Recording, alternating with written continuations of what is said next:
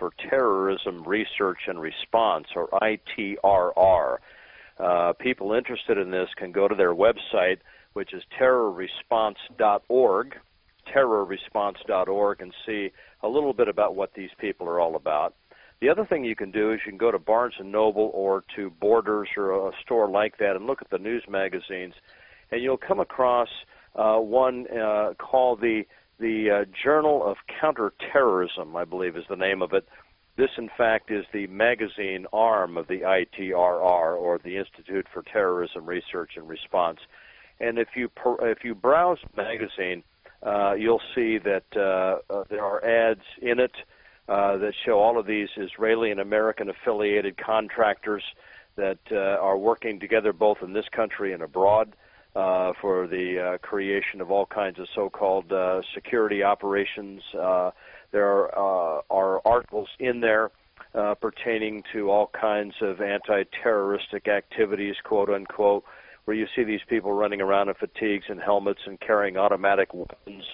And interestingly enough, the ITRR's base of operation in the United States, as near as I can tell from looking at the magazine, is in Philadelphia. And there are all these seminars which are held in Philadelphia that have representatives of the Israeli government and national security establishments there. And these things also dovetail with the involvement of all kinds of American universities and think tanks and national security types, to where you can really see at just a glance the symbiotic relationship between the United States national security establishment and the Jewish lobby and the Israeli intelligence community and national security establishment. It's very, very disturbing. And, of course, as you pointed out, this Institute for Terrorism Research and Response scandal in the state of Pennsylvania involving all of these illegal and unconstitutional activities that they were undertaking to spy on people across the political spectrum while under state contract with Pennsylvania is just the tip of the iceberg. I've written recently, as you know, Mark, about this group called the Kitat Kohenut, I believe is the name of it.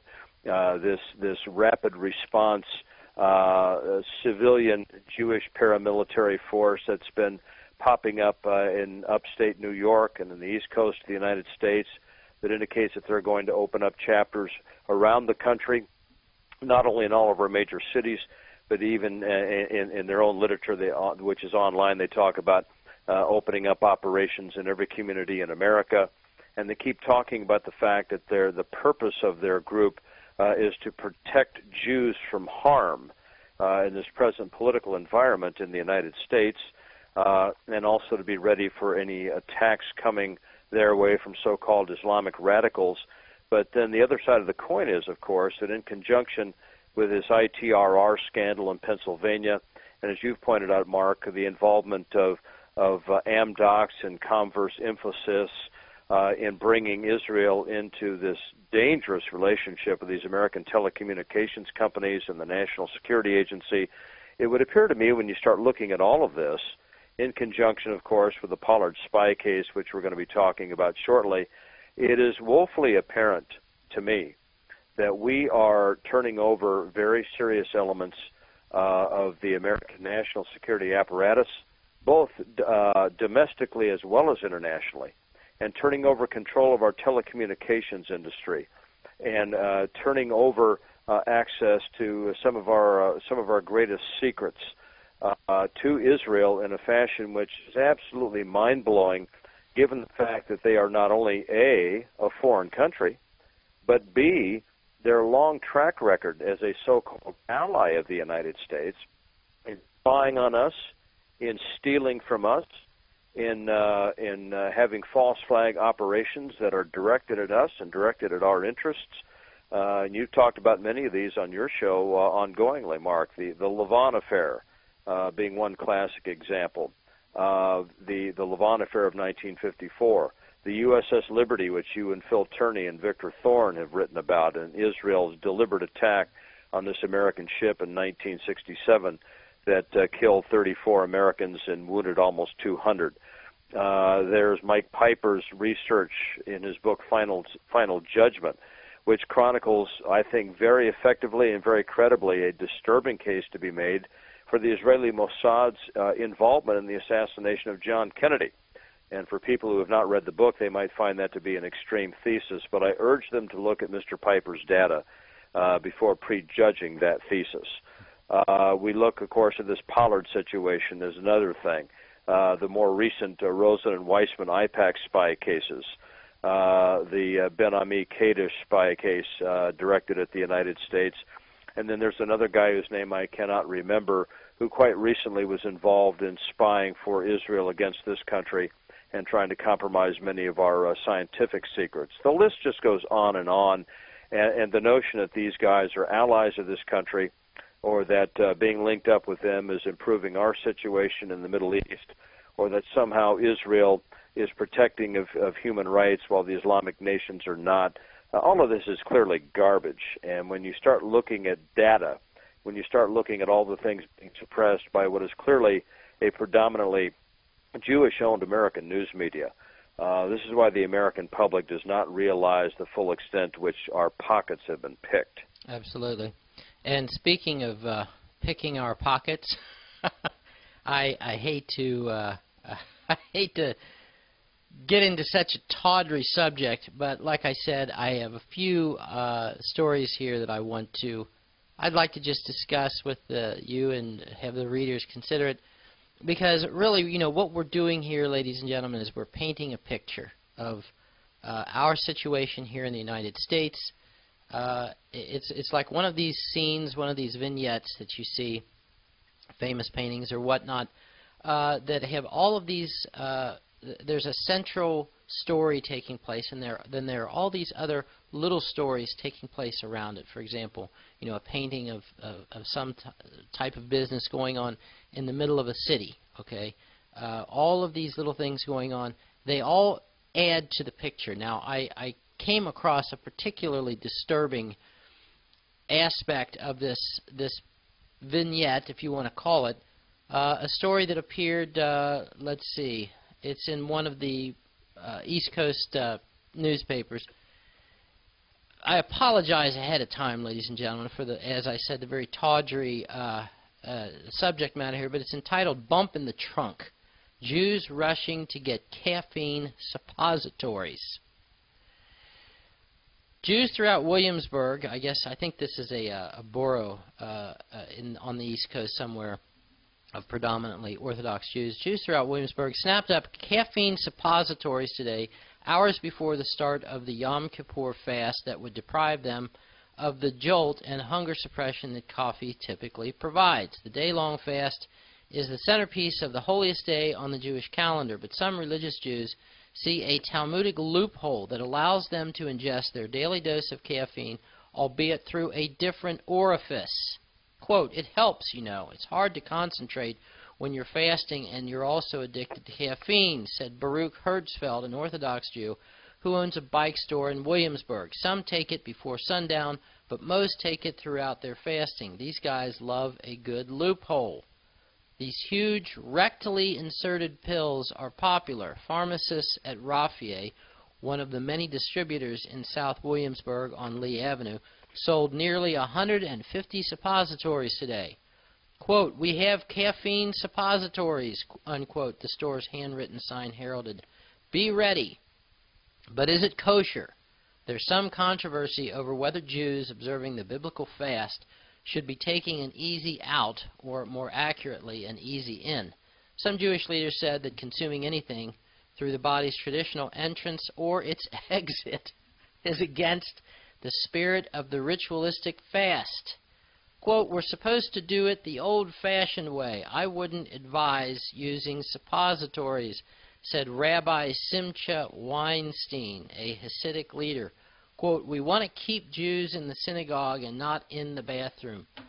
Ladies and gentlemen, I apologize. I really do. I just thought that this story was so strange, but at the same time so illustrative of the mindset that we are dealing with here, that it deserved a certain amount of discussion. Okay, there are all kinds of weird ideas that pervade this particular group of people, some of which we're going to be discussing here in just a couple of minutes, you see. And this is the problem that we as a country face, is that we see these people and this community that they have grown up in for the last 6,000 years as just like everyone else. But clearly, when you've got people who, in order to avoid some of their religious strictures, that they are willing to shove something up their rear end, okay? I mean, look, it's... Mark, what do you think about this? Yeah, I don't really, I don't even know how to react to a story that bizarre. But I think what maybe it underscores is the fact, and this is where we maybe have a, if you might pardon the bad pun, a backdoor approach to the whole issue of this clash of cultures. And what I mean by that is of course, the United States is in no sense a Christian country. It is a post-Christian society in every way. So that I think that the Jews and what has happened largely through the Jewish organizations like the Anti-Defamation League and the Jewish support for Planned Parenthood and the homosexual rights crowd and so forth, that's had an awful lot to do with this historically in the last 50 years. But long and short of it is, Mark, when you read a story like this, if this had come out of one of the Islamic groups, right, if this had come to us from an Islamic imam, for example, the media would have been all over this as evidence that here was yet another example of this strange culture in our midst, cropping up more and more by the day, both in America and in Europe. And these are weird people who just cannot assimilate into our culture, and we don't really know what they're doing here, and they probably mean us harm. And we should see them as both cultural, political, and economic competitors.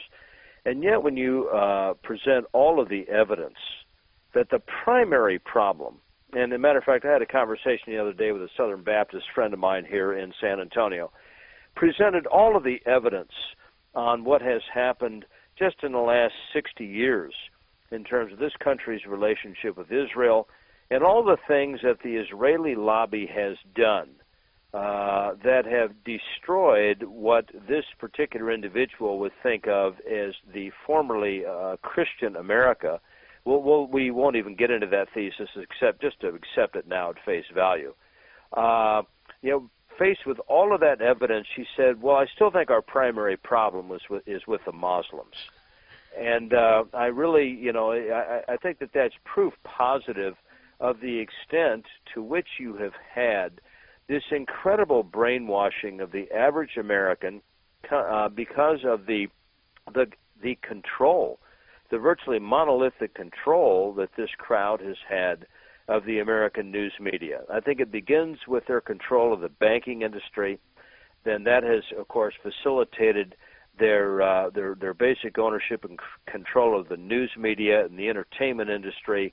And then, of course, their control of the banking industry and their development of these Jewish activist groups has slowly but surely enabled them to purchase control of the United States government, and I stand by that statement. So when you read a weird story like this, and you and I are immediately struck, as hopefully our listeners are, by just how absolutely bizarre this stuff is, it nonetheless absolutely passes underneath radar when it comes to the mainstream media, because they, of course, want the average American to believe that the Jewish interest is basically their interest. The interest of Israel is basically the interest of the United States, and that there is no divergence at any point between these constituencies, when in fact you and I have been arguing for years that there is or should be a tremendous divergence, and that basically this relationship with the Jewish lobby and this passive allowance of their takeover and their pollution of American culture and what they have facilitated in the way of this country's involvement in a Middle Eastern quagmire that we cannot